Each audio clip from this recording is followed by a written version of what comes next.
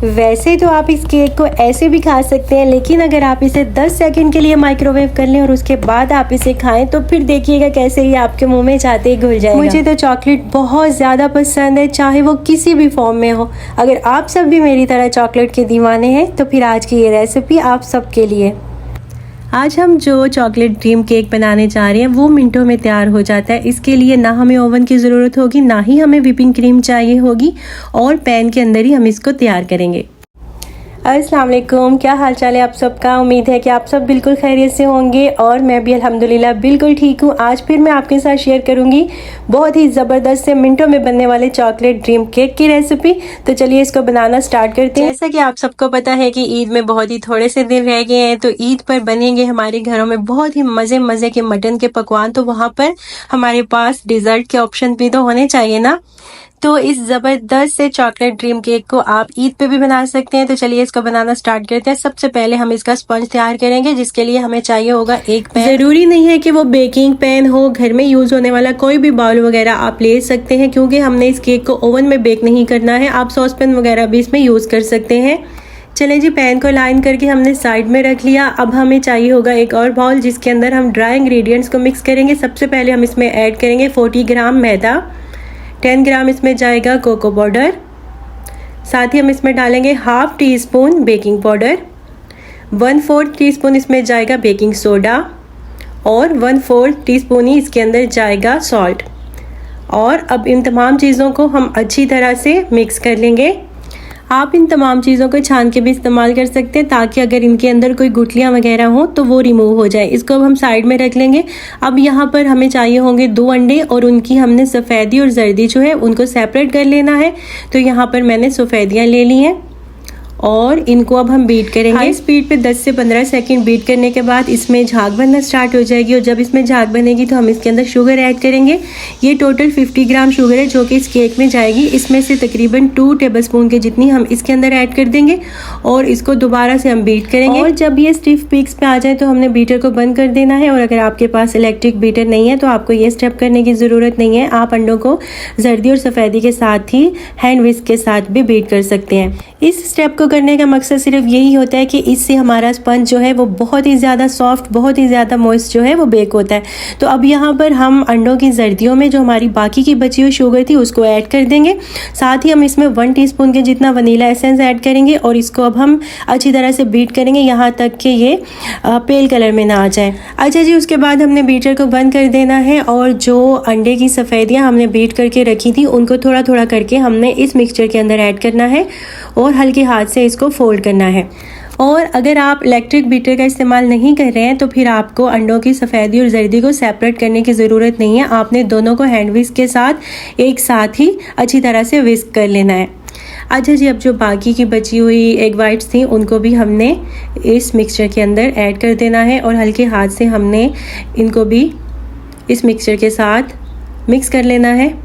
हाथ हमने हल्का रखना है, बहुत ज़्यादा ओवर मिक्स हमने नहीं करना।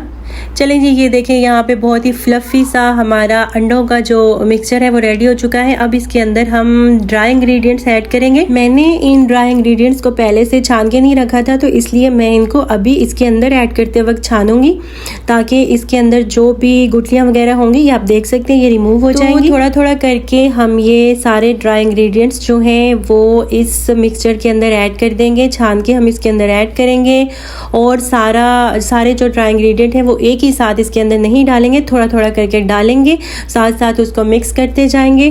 तो ये देखें यहाँ पे हमारा बहुत ही ज़बरदस्त सा चॉकलेट स्पंज का बैटर जो है वो रेडी हो चुका है। चलिए जी, अब हम अपना मोल्ड लेके आते हैं जो कि हमने पहले से लाइन करके रखा हुआ है, और इस बैटर को हम इस मोल्ड के अंदर ट्रांसफ़र करेंगे।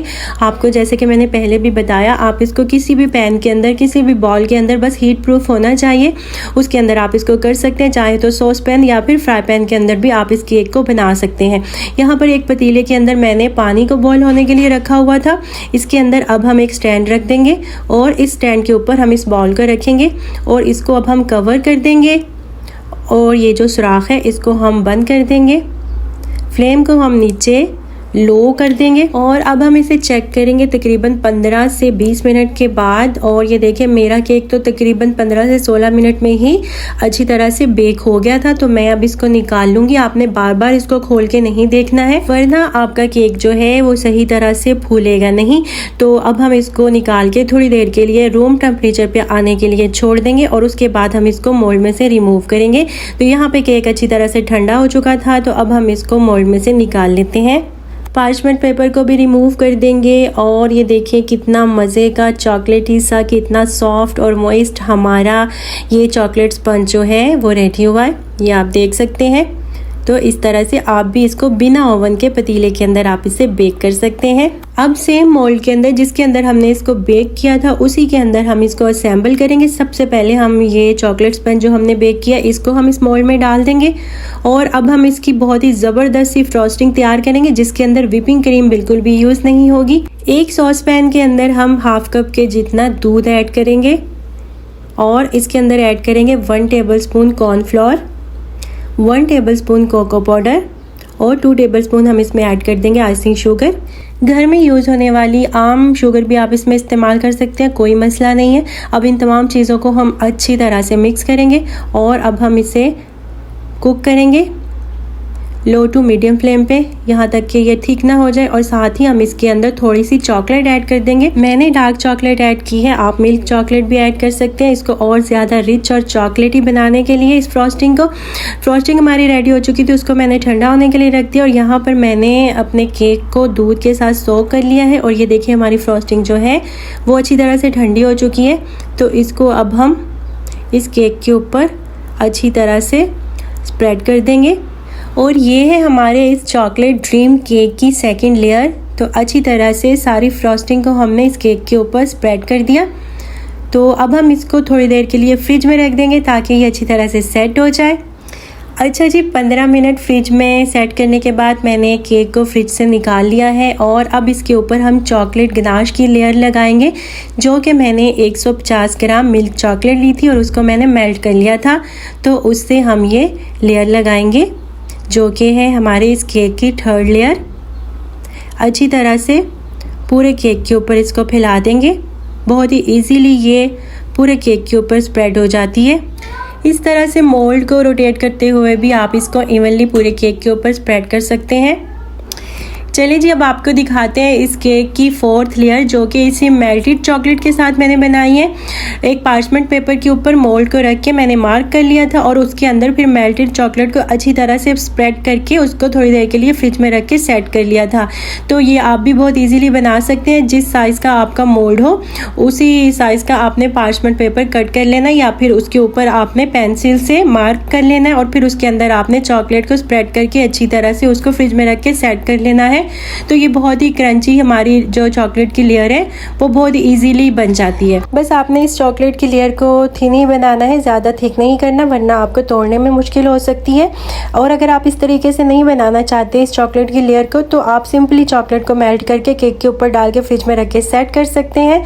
चलिए जी, बातों बातों में मैंने यहाँ पर इस केक की 5th लेयर भी लगा दी है। 1 टीस्पून कोको पाउडर को मैंने छन्नी की मदद से इस केक के ऊपर स्प्रिंकल कर दिया, जिससे कि केक का जो टॉप है वो पूरा कोको पाउडर के अंदर छुप गया।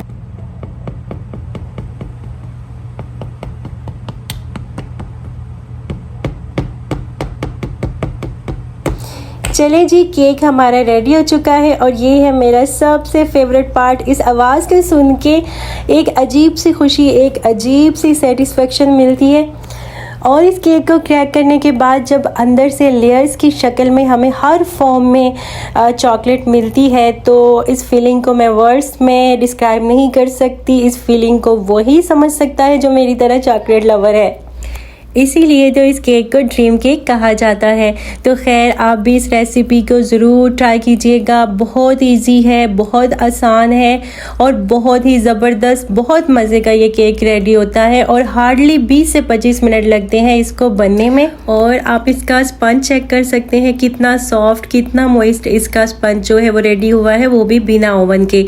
तो ये तो थी मेरी आज की रेसिपी। अगर आपको वीडियो अच्छी लगी तो इसको लाइक ज़रूर कर दीजिएगा और अगर आप मेरे चैनल पर न्यू है तो मेरे चैनल को सब्सक्राइब करना मत भूलिएगा। अपना ढेर सारा ख्याल रखिएगा और मुझे दुआओं में याद रखिएगा। इंशाल्लाह मिलते हैं फिर किसी और रेसिपी के साथ, तब तक अल्लाह हाफिज़।